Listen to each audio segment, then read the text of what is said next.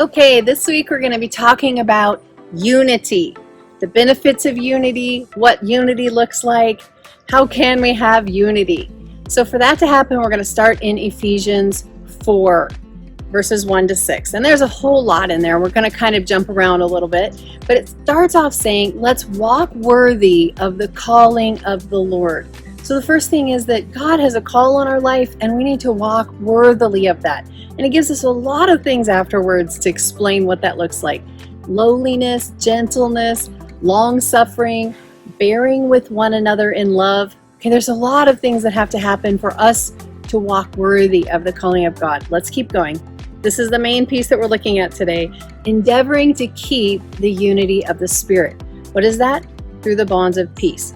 He goes on to tell us that we are all one body, one spirit, one hope, one calling, one Lord, one baptism, one God and Father over all, above all, through all, in all. So it sounds like a lot of things that are working together that make us one, but yet we get focused on the tiny little things that make us different. And you know, there's a quote that says there are more things in our biology that make us one than there are that separate us. But yet, what do we look at? We look at that one little thing that makes us different from our brother, or that church is different than our church, or that family is different than our family, and we separate, and we stop walking in unity.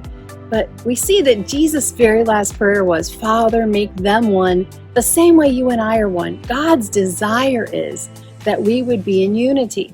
Okay, going back to Ephesians 4, if we skip down just a little bit to verse 13, it says, until we attain unity of the faith and knowledge of the Son of God, to mature manhood.